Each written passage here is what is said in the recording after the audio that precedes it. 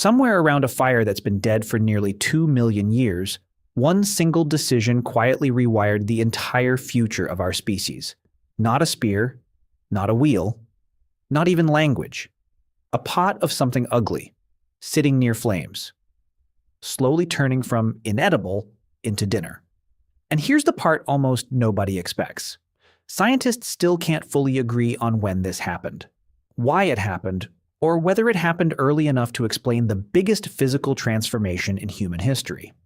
By the end of this, you'll understand why one anthropologist argued, dead seriously, that cooking is the reason you have a smaller jaw, a bigger brain, and roughly 3 extra hours of free time every single day compared to a chimpanzee.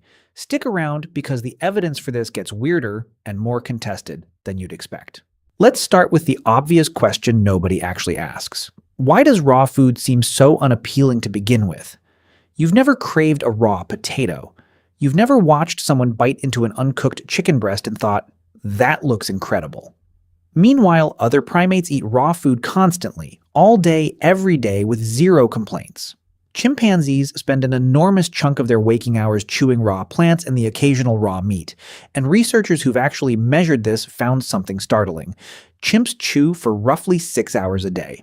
6 hours just grinding tough, fibrous, calorie-poor food down to something their gut can extract energy from.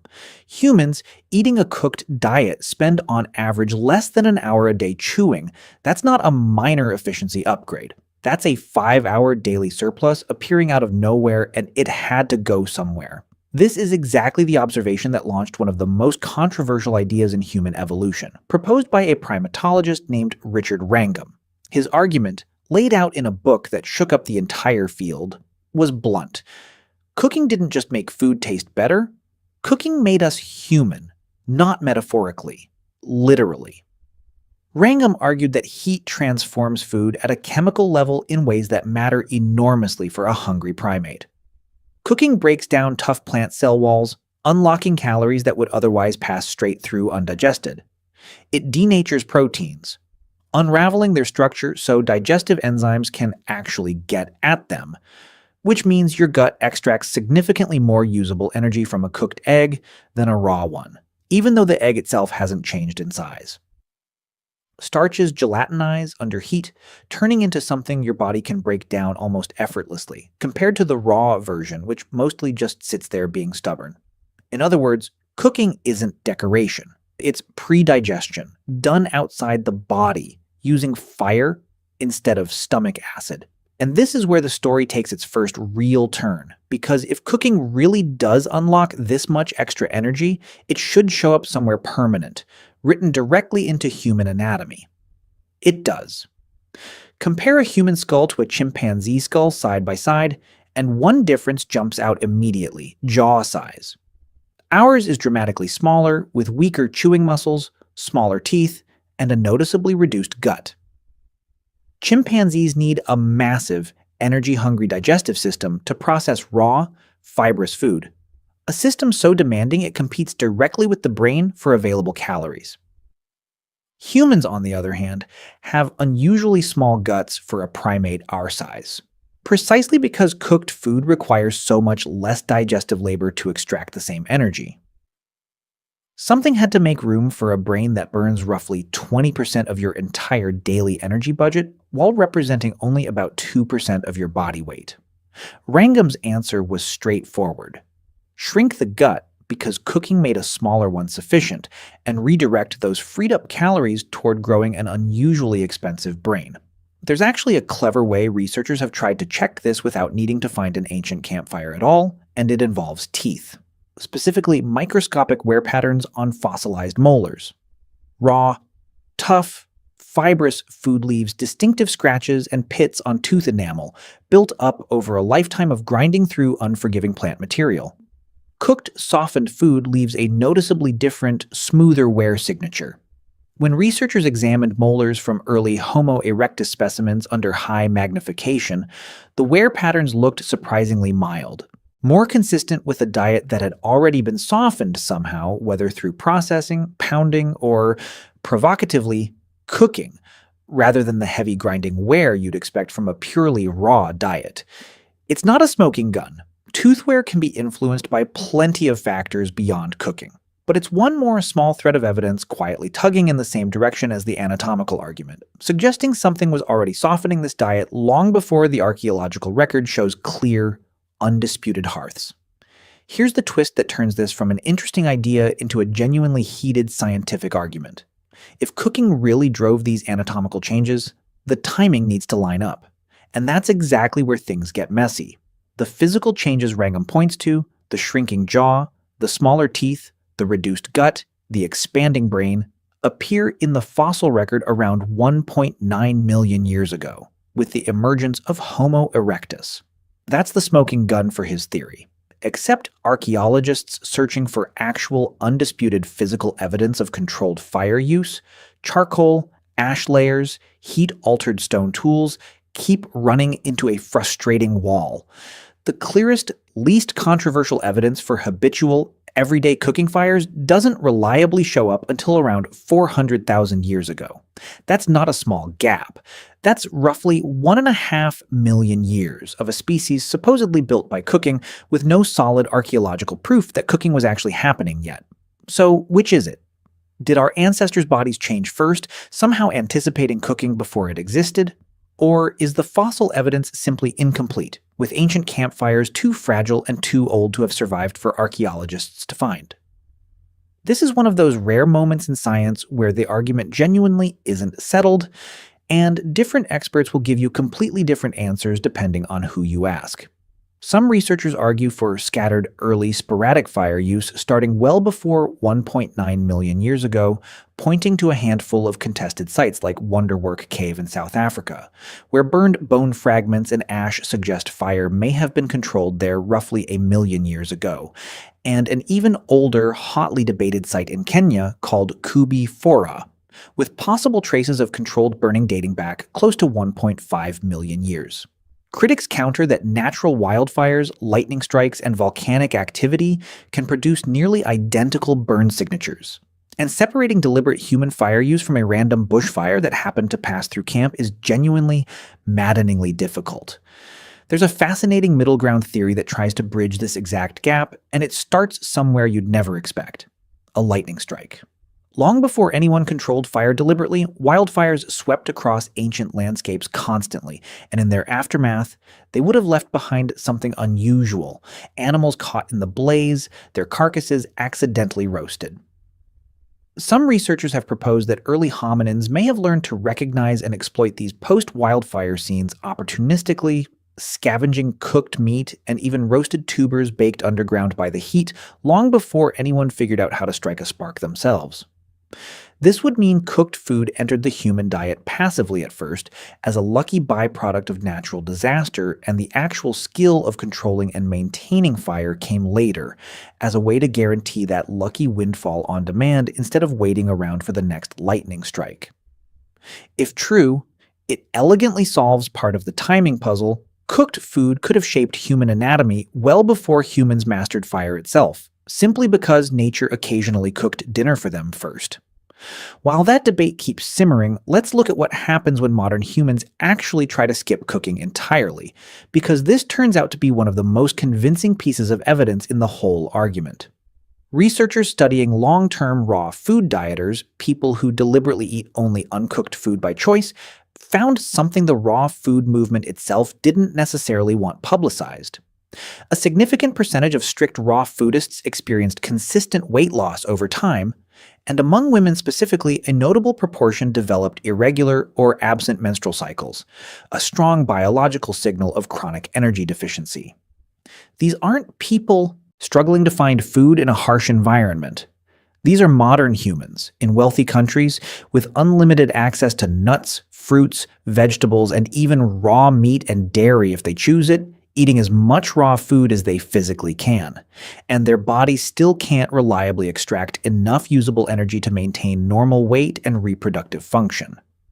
If a modern human with a full grocery store at their disposal struggles to get adequate calories eating raw, imagine trying to survive an Ice Age winter that way.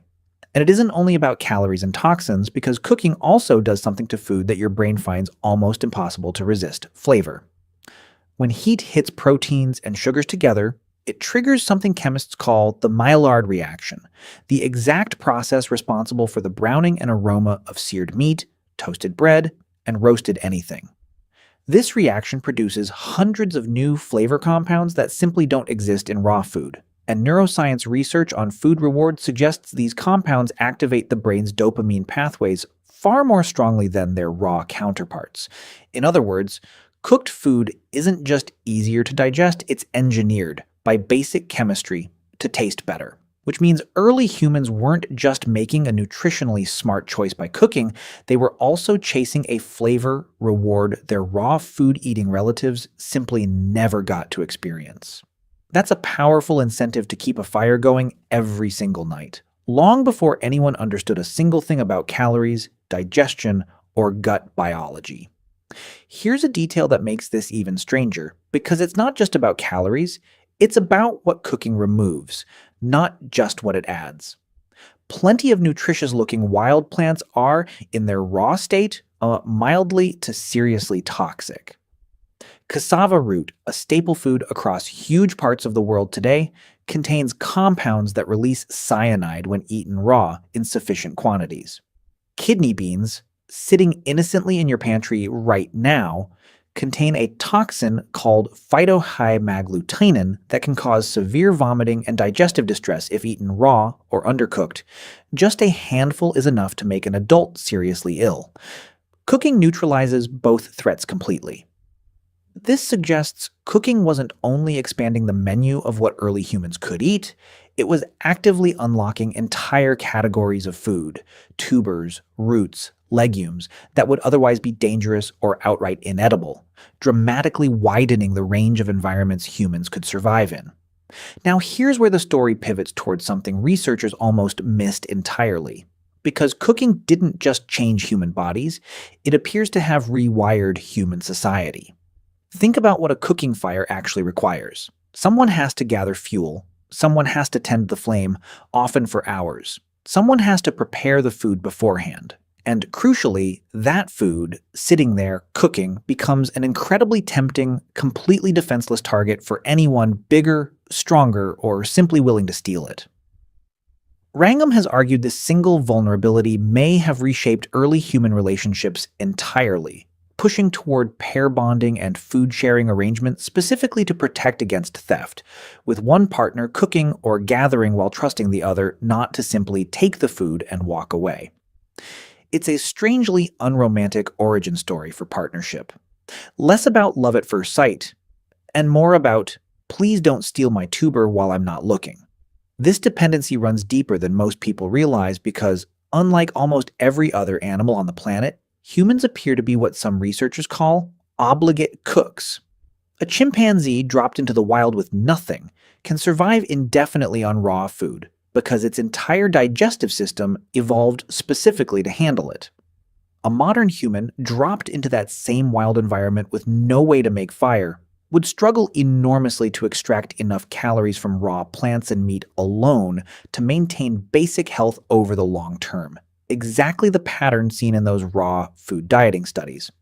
Our gut is simply too small, our teeth too weak, and our digestive enzymes too reliant on food that's already been partially broken down by heat before it even reaches our mouth. We didn't just adopt cooking as a convenient lifestyle choice somewhere along the way. Over evolutionary time, we appear to have lost the biological equipment needed to thrive without it, which means the fire isn't an accessory to human survival anymore. For a very long time now, it's been a load-bearing wall. And then there's the fire itself, sitting there every single evening, doing something no other resource in the prehistoric world could do, creating usable light after dark. This single, seemingly small feature may have had an outsized effect on human social development. Once the sun went down, early humans could no longer forage, hunt, or perform most daytime tasks, but they absolutely could sit around a fire and talk. Researchers studying the few remaining hunter-gatherer societies with detailed anthropological records found firelight conversation looked dramatically different from daytime conversation, shifting away from practical complaints and logistics toward storytelling, myth, and shared cultural knowledge. By the way, if you want to go even deeper into the secret lives of ancient humans, I just launched a full course called The Secret Lives of Ancient Humans. 10 modules, 3+ hours of content covering everything we never talk about on YouTube. What they feared, how they communicated, what hunted them, and much more. Plus an exclusive PDF guide included. Link in the description. See you inside. Cooking fires, in other words, may have accidentally created the very first consistent, reliable venue for exactly the kind of extended social bonding and oral tradition that let complex culture accumulate and pass down across generations. Something that's much harder to pull off when you're too busy chewing raw, fibrous plants for 6 hours to have a conversation. But let's circle back to the twist that keeps this entire topic genuinely unresolved, because it would be misleading to wrap this up like the debate is settled science, when it very much isn't. Some researchers push back hard against Wrangham's timeline specifically, arguing that meat eating alone, even raw meat, could plausibly explain the early anatomical changes in Homo erectus without requiring cooking at all. Raw meat, after all, is considerably easier to digest than raw fibrous plants, requiring less chewing and less gut labor. So a shift toward more meat in the diet could theoretically produce a smaller jaw and reduced gut on its own. No fire required. Under this counter-argument, cooking might have arrived later, as a refinement and an improvement, rather than the original evolutionary trigger that reshaped the human body in the first place. This isn't a fringe objection either. It's a serious, ongoing disagreement among researchers who all have access to the exact same fossil record and somehow reach meaningfully different conclusions. Here's where it gets even more interesting, because newer excavation techniques keep pushing the possible dates around, refusing to let this debate settle down. A site in Israel called Gesher Benot Yaakov produced burned flint fragments and charred seeds that researchers dated to around 790,000 years ago, considerably earlier than the 400,000-year mark long treated as the safe, conservative estimate for habitual fire control.